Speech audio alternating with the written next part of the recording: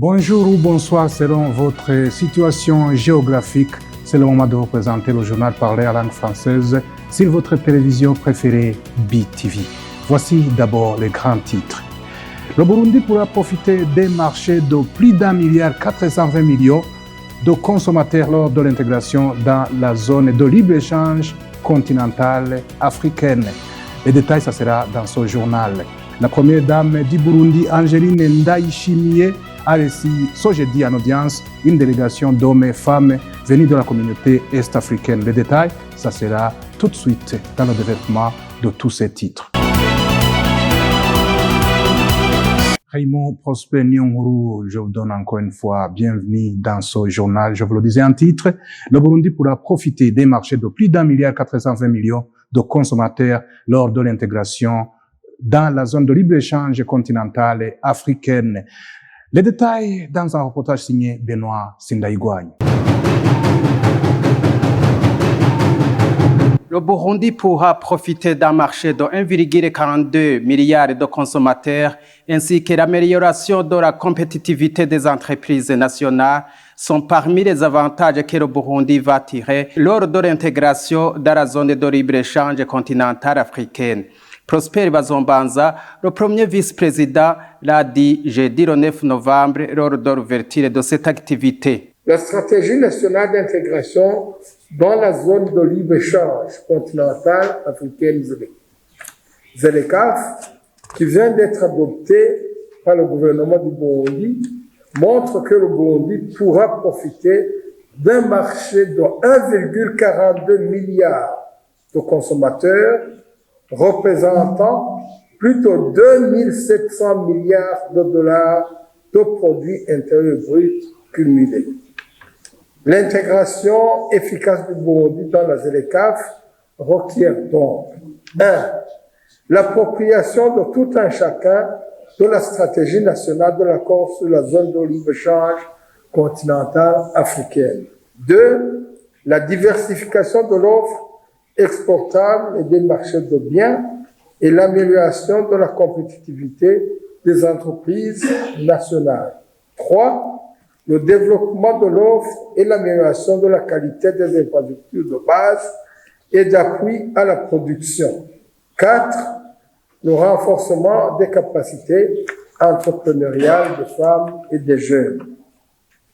Je reste donc plus qu'optimiste que l'engagement du secteur privé dans le processus d'intégration effective à la ZLECAf nous permettra d'atteindre des objectifs escomptés de la vision 2040-2060. Olivier Suguru, président du CFCIB, Chambre fédérale du commerce et industrie au Burundi, montre les défis et obstacles parmi lesquels on va faire face.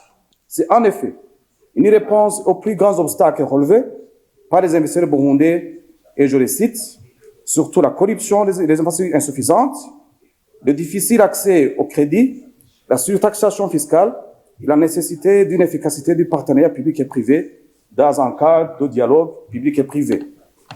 D'autres obstacles sont souvent cités, notamment le manque d'un désengagement de l'État des missions du secteur privé, l'absence de nomination de représentants du secteur privé aux postes clés liés au commerce et la lourdeur des formalités administratives.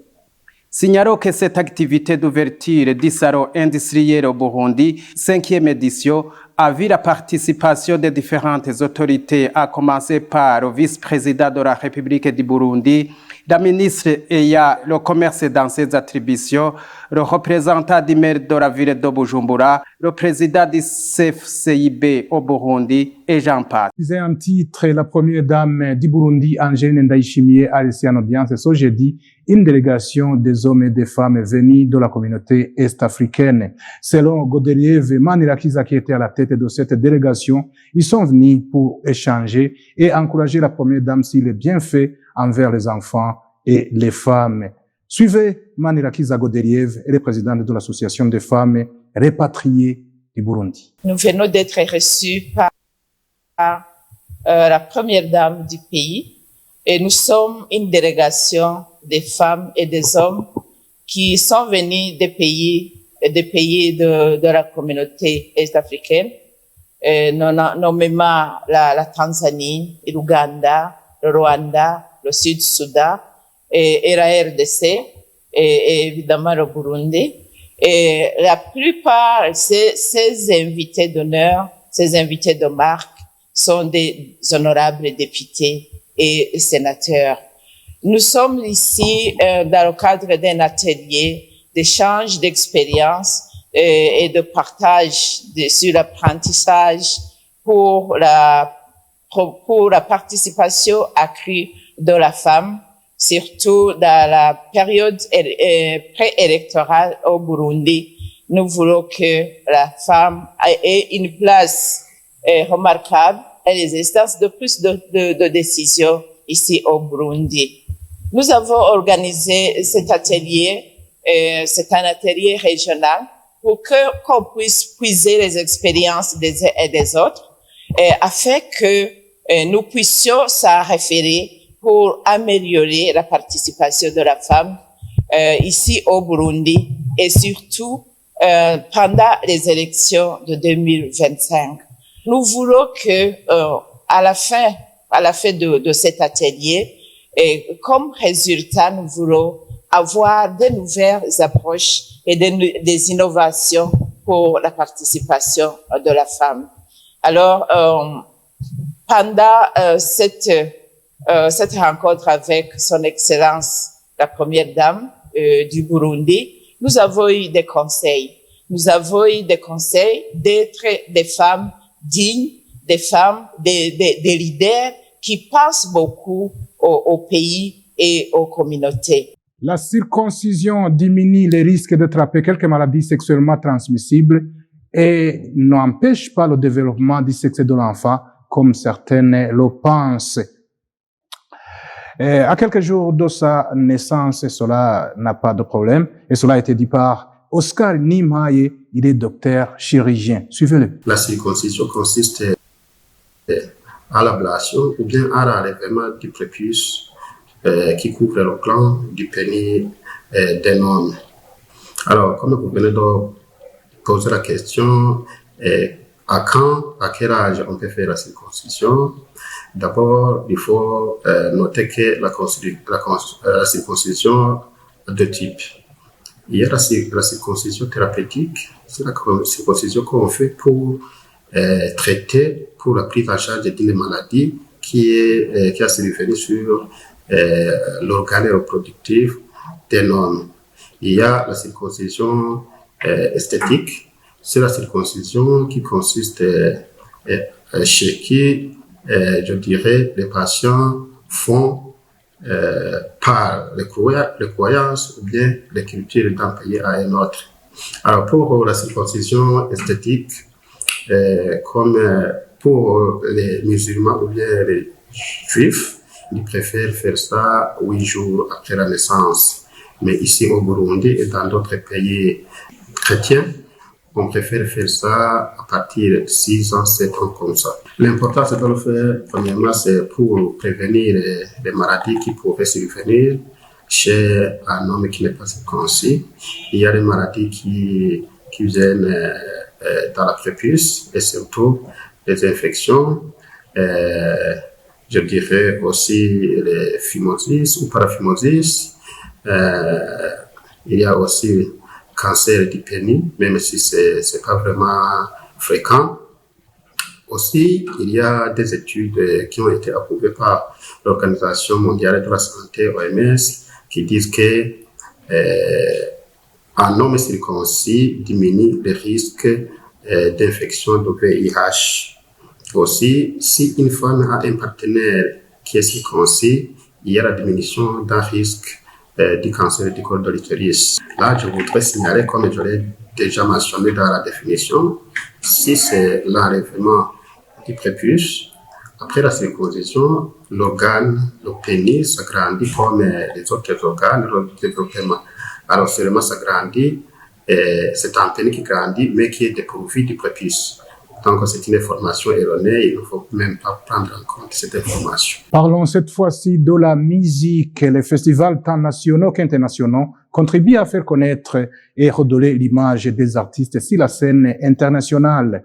Les festivals servent également à faire connaître le pays hôte. Reportage signé Ange Negrita Irakoze. Des festivals nationaux ou internationaux est une occasion pour les artistes de promouvoir les œuvres car ils y rencontrent d'autres artistes. Le pays gagne aussi économiquement, comme l'indique l'un des organisateurs des festivals, Chaban Lamadan. Le festival, c'est quelque chose, c'est une plateforme qui donne des artistes opportunité de showcase, de montrer leur talent, leur expérience, leur musique, et envoyer le message à travers cette plateforme. En même temps, les festivals, c'est une visibilité pour le pays parce que les festivals internationaux, normalement, ça devient pour aussi la visibilité du pays. Tout ça aussi, ils sont venus voir la beauté. En même temps, le festival, ça contribue au niveau économique. Parce que les gens qui vont venir, qui vont utiliser qui vont amener le devise, qui vont acheter des choses. L'importance au pays, ça donne d'abord les étrangers ou les organisateurs des autres festivals qui vont venir, qui vont profiter, découvrir les artistes locaux. Issa Savzier, qui a déjà participé à des différents festivals, affirme qu'il participé dans des festivals et d'une grande importance et interpelle d'autres artistes à participer à des festivals. Un festival est un événement comme tant d'autres, mais qui est riche en couleurs. Il y a des spectacles, bien sûr, tout est basé sur des spectacles, mais il doit y avoir une sorte de thématique où le festival fait une sorte de zoom sur cette thématique, se concentre. Alors, une autre chose, à part la thématique, il y a aussi la durée. Souvent, ça dépend des moyens. Un festival doit se tenir plus de 2, 3, 4, 5 jours. Il y en a ceux qui peuvent faire même 2 semaines. Et à part ça, il y a des sortes de rencontres, des échanges et des réseautages, et également le fait de saisir des opportunités. Quand les gens mangent, dorment ensemble, et ils causent, ils font ce qu'on appelle échange d'expériences, et ça fait que l'un soutient l'autre. Et à part ça, il y a également des sortes d'ateliers qui sont organisés sur des thématiques qui intéressent la culture en général. Alors, quand vous participez à ces sortes d'ateliers, donc vous grandissez, il y a un certain niveau qui fait que l'artiste progresse. C'est pas seulement l'artiste, même le pays. Vous revenez d'un festival, vous avez tant d'expériences, les expériences d'ailleurs, et ça fait que vous organisez même le pays. Alors, les artistes qui ne participent pas dans des festivals perdent grand chose. Ils peuvent être doués ou plein de talent. Et si vous n'allez pas vivre ce que les autres vivent ailleurs, donc il y a quelque chose qui se perd. Vous saurez que les pays qui n'organisent pas des grands festivals ne sont pas invités dans les festivals d'ailleurs. Pour clôturer ce journal, voyons ce qui se passe en dehors des frontières du Burundi avec notre confrère Elvis Mounianez. En Côte d'Ivoire, 9 enfants dans le même village meurent d'une intoxication alimentaire. Près de 80 000 personnes ont été hospitalisées dans le village de Niagban. Tous avaient consommé une bouillie de maïs préparée sur place. Dans le centre de la Côte d'Ivoire, le village de Niagban pleure la perte de plusieurs de ses enfants. 9 d'entre eux sont décédés après avoir été pris de vomissements, de diarrhée et de convulsions au cours du week-end. La plus jeune victime est un bébé de 2 mois. La plus âgée est un adolescent de 15 ans.